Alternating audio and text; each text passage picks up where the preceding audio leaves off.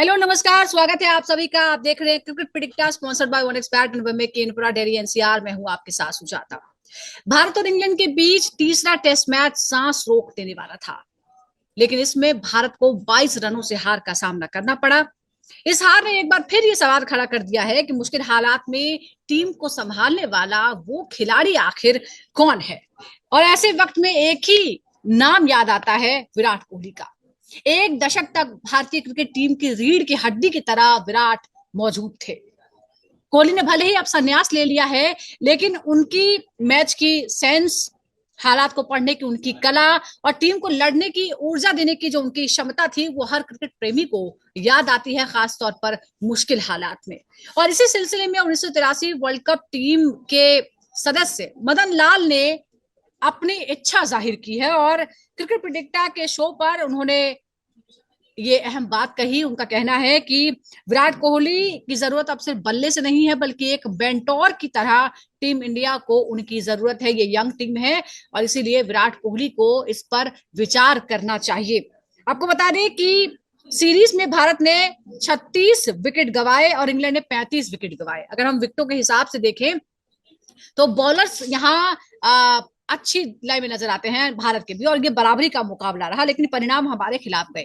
यही इंग्लैंड की बेहतर प्लानिंग और माइंडसेट को दिखाता है। शायद यही वजह है कि इस तरह से हमें विराट जैसे लीडर की कमी महसूस हुई है, क्योंकि परफॉर्मेंस लगभग बराबर था। एक क्रूशियल मौके पर किस तरह से हालात से निपटना है, उसकी कमी थोड़ी सी खली। कोहली की अगर हम बात करें, रिटायरमेंट से पहले 123 टेस्ट मैच उन्होंने खेले, जिसमें 9,230 रन उन्होंने बनाए, जिसमें 30 शतक और 7 दोहरे शतक शामिल थे। औसत 46.85 का रहा। और अगर हम भारत के 150 प्लस स्कोर के पीछा करने के आंकड़ों को देखें, हम जरा आपको डिटेल में समझा रहे हैं कि आखिर प्रॉब्लम है कहां। प्रॉब्लम यह है कि पिछले 2013 के बाद अगर कभी भी भारत को दूसरी पारी में 150 से ज्यादा का टारगेट मिला है, तो उसमें सिर्फ 2 बार भारतीय टीम उसे कामयाबी से सक्सेसफुली चेज कर पाई है, ब्रिस्बेन में और दूसरा रांची में। इस सीरीज की अगर हम बात करें तो शुभमन गिल, ऋषभ पंत, राहुल ने रन जरूर बनाए हैं। सिराज और बुमराह, आकाशदीप ने विकेट चटकाए, लेकिन जब मैच को अपने पक्ष में खींचने की बात आई, यानी बहुत जब फंस गया मामला, तो वहां पर भारत पिछड़ गया। शायद यही वजह है कि विराट कोहली की वापसी की चर्चाएं चलने लगी है, जरूरत महसूस होने लगी है, भले बल्ला हाथ में हो या फिर अनुभव। सवाल बहुत सारे हैं। लॉर्ड्स टेस्ट में क्या खामियां थी, क्यों थी और क्या जरूरत थी, इसे लेकर बहुत सारी बातें हो रही हैं और रिकॉर्ड की भी चर्चा होने लगी है, क्योंकि बात थोड़ी सी ज्यादा आगे चली गई है। सिर्फ एक टेस्ट की बात नहीं है, जो रिकॉर्ड बताते हैं वो बहुत ही चिंता की बात है और इस पर बहुत गंभीरता से बात होनी चाहिए, उसमें सुधार होना चाहिए। और इस पर हम चर्चा करेंगे। मेरे साथ 2 खास मेहमान जुड़ गए हैं। मेरे साथ है पूर्व cricketer and selector Sarandeep Singh, senior sports journalist ताउजस्वी। सरनदीप जी, देखिए, लॉर्ड्स टेस्ट के हार जो थी, उसमें सिर्फ एक टेस्ट मैच की हार नहीं थी, बल्कि उसने कई सारे रिकॉर्ड्स की याद दिला दी है, जो बताते हैं कि प्रॉब्लम सिर्फ एक टेस्ट से जुड़ी हुई नहीं है, प्रॉब्लम थोड़ी सी बड़ी है, कंसर्न थोड़ा सा बड़ा है, जिसे एड्रेस करना जरूरी है। और क्रूशियल मौके पर विराट जैसा जो एक खिलाड़ी, जो डिफेंड करना भी जानता है, अग्रेशन करना भी जानता है और टीम को किस तरह से लीड करे और दिशा दिखाए, वो भी जानते हैं। और शायद इसीलिए मदन लाल जी कहते हैं कि विराट की जरूरत है, उनको वापसी पर सोचना चाहिए, विचार करना चाहिए। लेकिन प्रॉब्लम कहाँ है? प्रॉब्लम, सवाल ये है सरनदीप जी, ये जो आंकड़े बताते हैं 2013 के बाद, जब भी 150 से ज्यादा का स्कोर हमें पीछा करना पड़ा, भारत ने पिछले एक दशक में सिर्फ 2 बार ऐसे टेस्ट मैच जीते जब 150 का से ऊपर का स्कोर जो था वो चेज किया। इसका मतलब क्या है? क्या भारतीय टीम चौथी पारी में दबाव झेल नहीं पाती? क्योंकि बैटर्स की कभी कोई कमी नहीं रही, हमेशा हमारे पास 7वें 8वें नंबर तक की बल्लेबाजी रही है। तो आखिर चौथी पारी में होता क्या है? देखिए, जहां तक कि पहले तो जो आपने सवाल पूछा कि विराट कोहली को वापस आना चाहिए, वापसी होनी चाहिए, टीम को संभालना चाहिए, पर इस सीरीज में अभी तक उनकी कमी खली नहीं है किसी हद तक अगर देखा जाए तो। बल्लेबाज तो रन बना ही रहे, 700-800 रन बनाए हैं, टेस्ट मैच हमने 300-300 रन से जीत रहे हैं, तो वो खली मुझे नहीं समझ आया कि वो कमी खली नहीं, क्यों लग रहा है ऐसा। हाँ, और उसके बाद विराट कोहली को भी दी विराट कोहली बनने में 15 साल लगे हैं। हम्म। उनका भी पहले अगर शुरुआती दौर देखे तो परफॉर्मेंसेस कहीं ना कहीं वहां भी ऊपर नीचे रहती हैं, हर खिलाड़ी की रहती हैं।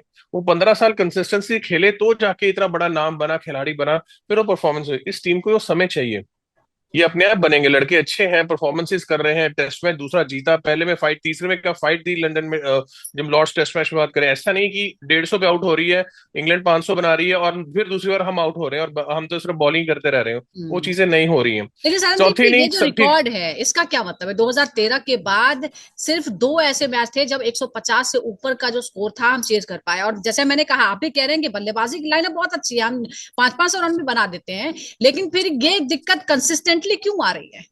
यानी प्रेशर नहीं झेल देखिए पा रहे फर्क हैं। पड़ता है नहीं, प्रेशर की बात नहीं होती है। देखिए हम जिस कंडीशंस में भारत में खेलते हैं, हम्म। हमारा अलग, भारत एक बड़ा देश है, अलग अलग प्रांत से हम लोग आते हैं। हम्म। नॉर्थ में ठंड होती है, वेस्ट साउथ में गर्मी होती है, विकेट्स का डिफरेंट ना बिहेवियर अलग होता है। वहां जब आप इंग्लैंड जाते हो सारा साल एक ही वेदर रहता है, या फिर साउथ अफ्रीका या फिर ऑस्ट्रेलिया जहां जाते हो, वो हम्म। एक ही वेदर्स में एक ही कंडीशंस में लोग सारे खेलते हैं, तो फर्क पड़ता है। मे भी हो सकता है कि जो स्किल वाइज की जो बात होती है, हम यहाँ खेलते हैं, यहाँ आके हमें चौथी इनिंग में मुश्किल जरूर आती है, बट वो हर कंट्री को हर जगह से आती है। तो वो कहीं ना कहीं वो कोई रीजन नहीं होना चाहिए इस चीज का कि भी आप समझ सकते हैं कि कैसे जी हम कहते हैं चौथी इनिंग में क्यों नहीं खेल पाते हैं, क्या नहीं होता, तो वो हम्म। उसको कुछ फर्क नहीं पड़ता। जी। ये बातें हो रही थी कि विराट कोहली जब मौजूद थे तो शायद वो माइंड गेम्स जो है वो शायद ज्यादा उसको हैंडल कर पाते थे। शायद इसीलिए ऐसे क्रूशियल मौके पर हम मैचेस जो है वो लूज कर रहे हैं। और कंसर्न सिर्फ एक टेस्ट तक नहीं है, ये पूरा एक पूरे 10 साल की बात, दशक की बात हो रही है। लेकिन एक पॉजिटिव साइन जो है ताउस, वो ये है कि भारत के टॉप 3 विकेट लेने वाले जो है वो सिराज बुमराह और आकाशदीप, यानी सभी पेसर्स हैं। इसका मतलब क्या ये माना जाए कि भारत के पास इस वक्त जो best, world best pace attack है?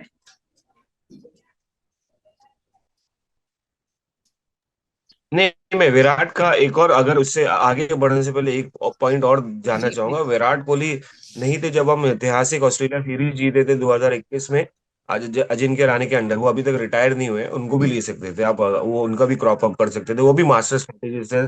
फॉर्म नहीं है, बात अलग है। 2024 की बात है, इंग्लैंड के सामने विराट नहीं थे, केएल राहुल नहीं थे, फिर भी रोहित शर्मा जाके जीत गए हम्म। सीरीज इंग्लैंड के सामने, जहां पर बहुत ज्यादा कमजोर और यंग टीम थी। बट अगेन सी, अगेन ये इफ्स एंड बट्स तो बहुत सारी होती है, इमोशनल ये होते हैं। आपके पास गौतम गंभीर एज एन मेंटर है, उतना ही अग्रेसिव है जितना विराट कोहली है। दिल्ली से आते हैं वो भी अपने आइडियाज लेके आते हैं। तो फिर बहुत सारे फैक्टर्स हैं, तो मतलब keep going back two players who have retired, Rohit को ले आओ या विराट को ले आओ, तो ऐसा नहीं चलता क्रिकेट में। हम्म। आपको मूव फॉरवर्ड करना पड़ता है, क्योंकि अगर ऐसा हुआ, ऐसा होने लगा, ऐसा सोच आने लगी, तो जो करंट प्लेयर्स हैं उनका कॉन्फिडेंस का क्या होगा? उनको लगेगा कि हम यूजलेस है, हमारे पास कुछ है नहीं, आइडिया नहीं है, हम आगे बढ़ ही नहीं सकते, इसलिए आप पुराने प्लेयर्स को लेके आ रहे हैं। तो आप वो डालना चाहते हैं, एक डिसबिलीव डालना चाहते हैं अपने प्लेयर्स में। Why when you have given the captaincy, when you have, तो व्हेन आप दिस इस गाय बात से हैज डिसएग्री करते हैं, कम। लेकिन पेस अटैक जो हमारा है वो बेहतरीन है इस वक्त, क्या आप इस बात से अग्री करते हैं? एग्जैक्टली एग्जैक्टली, यही पेस अटैक रोहित विराट के अंदर था, यही ऑलमोस्ट।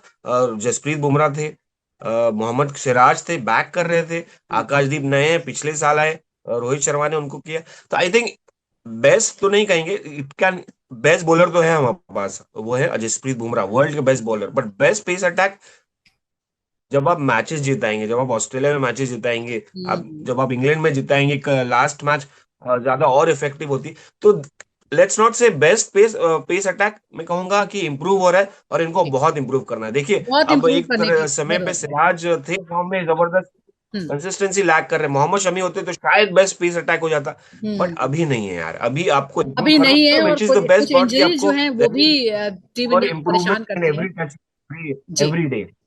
बिल्कुल। अब देखिए, हमने लीडरशिप की बात की थी, लेकिन अगर हम शुभमन गिल की बात करें तो इंडिविजुअली एक बल्लेबाज के रूप में इस सीरीज में उन्होंने 607 रन बना लिए हैं। क्या अब आ, उनको ये माना जाए सरनदीप जी कि वो एक बड़ी भूमिका में है और एक पिलर की तरह अब वो टीम इंडिया के बीच में है? नहीं, बिल्कुल डेफिनेटली। देखिए जैसे आपने, जैसे अभी तौस भाई ने कहा कि आप विराट को अगर वापस लाना चाहते हो तो कहीं ना कहीं आप शुभमन गिल के मन में डाउट डाल रहे होंगे, तो आपने उन्हें कैप्टन बनाया और कैप्टन बनते ही 600 रन बना दिए उसने। हम्म। और उसको क्या चाहिए? ठीक है, गौतम गंभीर है आपके पास, मेंटर है, ये टीम खुद ही बनेगी। नहीं तो हर टाइम कोई ना कोई सीनियर आप वापस बुलाते रहेंगे तो फिर प्लेयर तैयार कब होंगे?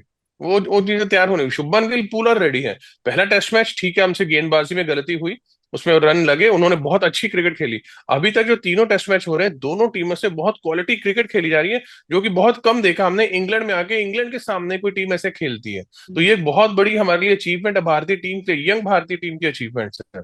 और KL Rahul 50 over test match है, जडेजा टेस्ट मैच के आसपास पहुंच चुके हैं। एक्सपीरियंस की कोई कमी नहीं है यहाँ पे। हाँ ठीक है, टेस्ट मैच हारे, दुख सबको लगता है, क्योंकि उसमें कहीं ना कहीं अगर जो कमजोर कड़ी मुझे अभी तक दिख रही है बल्लेबाजी में, वो करुण नायर है। हम्म, कंसिस्टेंसी से 6 इनिंग्स मिल चुकी है उनको, वो रन नहीं बन रहे। अब आप अगले मैच के लिए अब आप किसी को सोचें, जी जरूर मैं तो कह रहा हूँ कि अब अभिमन्यु ईश्वरन को एक मौका मिलना चाहिए। उस लड़के ने बहुत रन बनाए हैं, हम उसको हमेशा नजरअंदाज करते आ रहे हैं। तो जब आप अच्छे प्लेयर, क्वालिटी प्लेयर्स को, जो जिन जो डिजर्विंग है, उनको नजरअंदाज करते हैं, तो रिजल्ट भी आपके फेवर में नहीं जा रहे हैं। क्योंकि बिल्कुल करुण नायर आउट होते जा रहे हैं, अब वो भी एक प्रेशर में जाके अंदर बल्लेबाजी कर रहा है कि यार रन बना रहे हैं, कहीं आउट ना हो जाओ, कहीं मुझे ऐसा ना हो, क्योंकि मैं एक ऐसे एज पे खड़ा हूँ, स्टेज पे खड़ा हूँ अपनी लाइफ के, कि इसके बाद दोबारा मौका नहीं मिलेगा। इसके बिल्कुल बाद फिर कोई ट्वीट नहीं देखा जाएगा, वो सुना नहीं जाएगा बार बार करके। तो बिल्कुल, ये आपको मौका मिला है उस और चीजों को संभलना चाहिए। हाँ। मौके को कैसे भुनाना है, ये आप पे डिपेंड करता है कि आप किस तरह की परफॉर्मेंस देते हैं। और एक शख्स है जिसे मौका मिला और उसने अपने आप को प्रूव भी किया है, वो है आकाशदीप।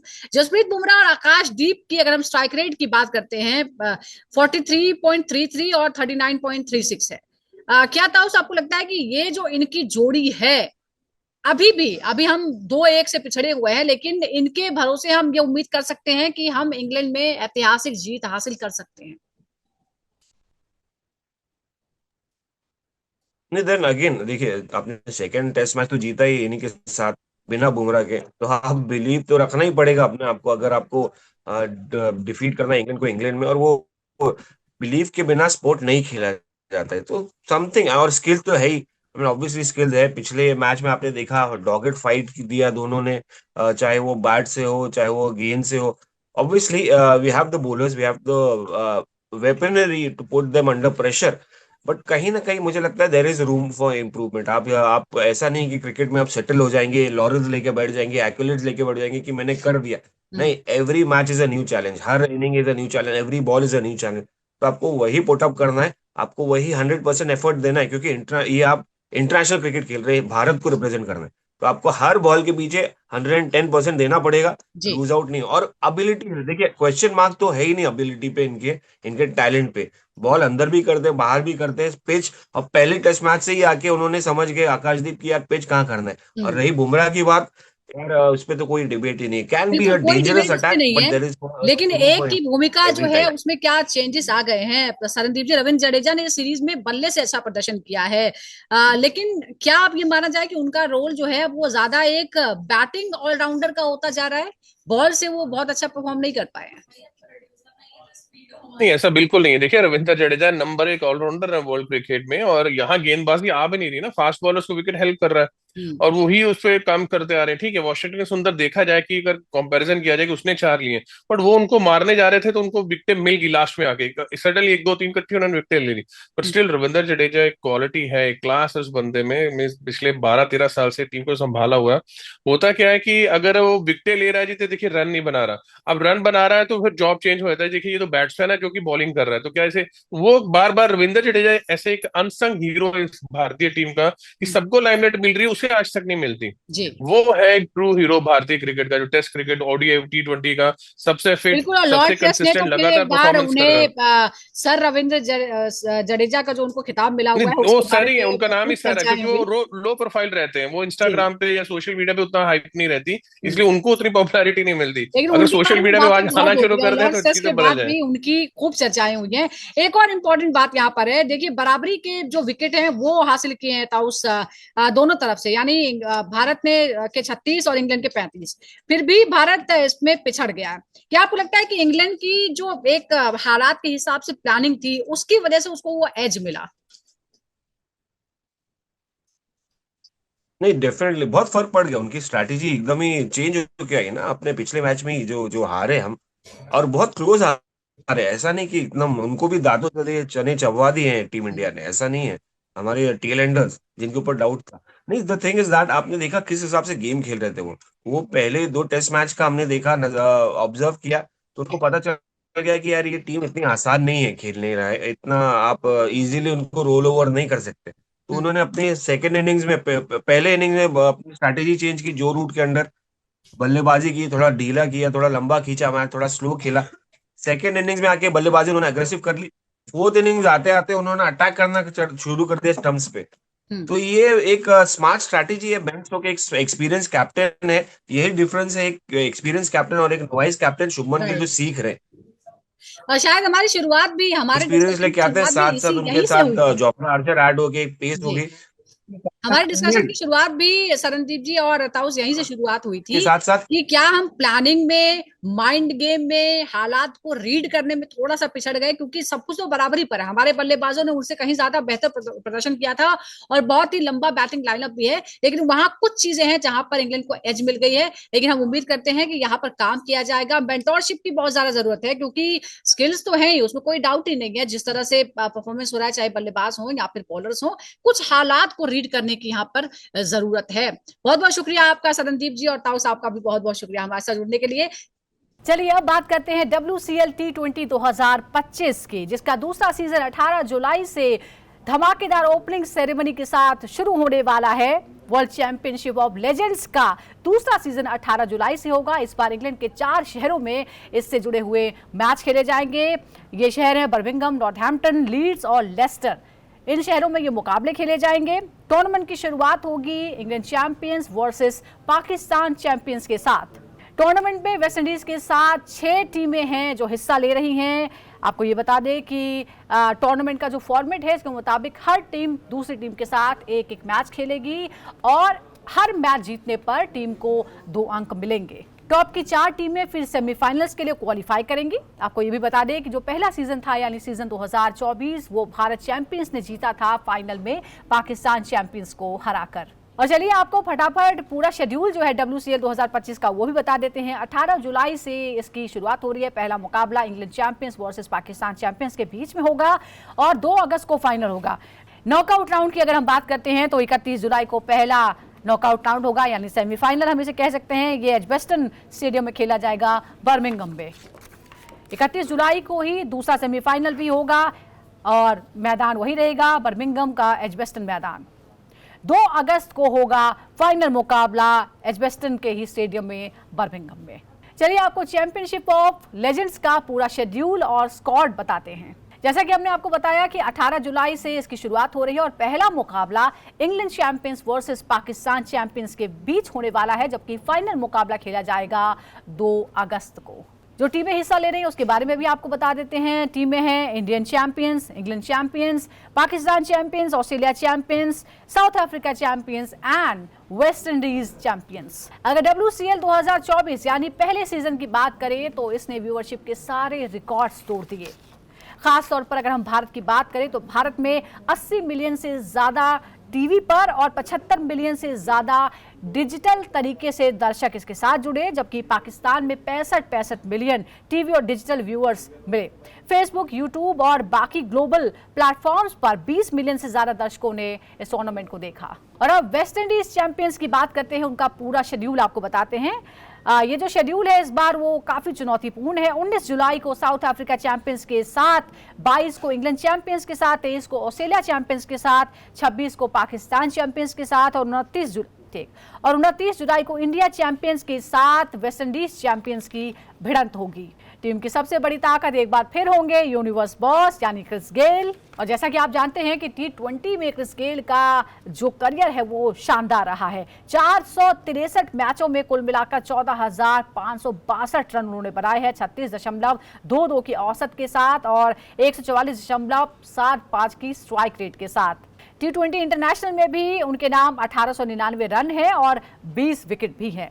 WCL सीजन 1 में गेल ने 5 मैचों में 109 रन बनाए थे। तो पिछले सीजन यानी सीजन 2024 में वेस्ट इंडीज चैंपियंस ने 6 मैच खेले और उसमें 2 में उसे जीत हासिल हुई थी। टीम के सबसे ज्यादा रन बनाने वाले खिलाड़ी रहे ड्वेन स्मिथ, जिन्होंने 202 रन बनाए थे। चार्विक वॉल्टन ने 181 रन, एशले नर्स ने 158 रन, क्रिस गेल ने 109 रन और JL कार्टर ने 74 रन। गेंदबाजी की बात करें तो एशले नर्स और फिडेल एडवर्ड्स ने 6 विकेट लिए थे, जबकि सैमुअल बार्ड्री की बात करते हैं तो उन्होंने 4 विकेट लिए थे। जेसन मोहम्मद और रायड एम्बरेट ने 3 विकेट चटकाए थे। ड्वेन स्मिथ की बात करते हैं तो सीजन 2024 में उन्होंने 2 शानदार पारियां खेली थी। 64 रनों की एक शानदार पारी खेली थी उन्होंने ऑस्ट्रेलिया चैंपियंस के खिलाफ और 65 रन बनाए थे पाकिस्तान चैंपियंस के खिलाफ। अगर हम चैडविक बोल्टन की बात करते हैं तो 181 की स्ट्राइक रेट के साथ सीजन की 6ठी सबसे बड़ी पारी उन्होंने खेली थी पिछले साल। तो पिछले सीजन में कुछ खामियां जरूर रह गई थी, लेकिन इस बार पूरी उम्मीद है कि वेस्ट इंडीज चैंपियंस पुरानी गलतियों से सीखते हुए इस बार दमदार वापसी करने वाले हैं। और कैसे होगी ये वापसी और कैसी होगी ये वापसी वेस्ट इंडीज चैंपियंस की, ये पता चल जाएगा जल्दी ही। इसी तरह से आप लगातार जुड़े रहिए क्रिकेट प्रेडिक्टा के साथ। फिलहाल इस खास शो में इतना ही, मुझे दीजिए इजाजत और आप बने रहिए हमारे साथ।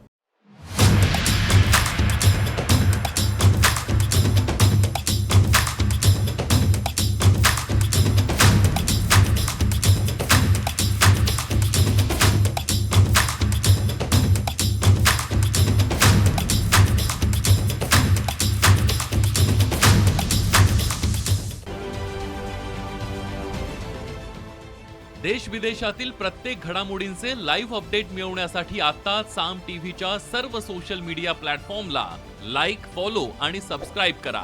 तसंच सर्व नोटिफिकेशनसाठी बेल आयकॉन प्रेस करायला विसरू नका।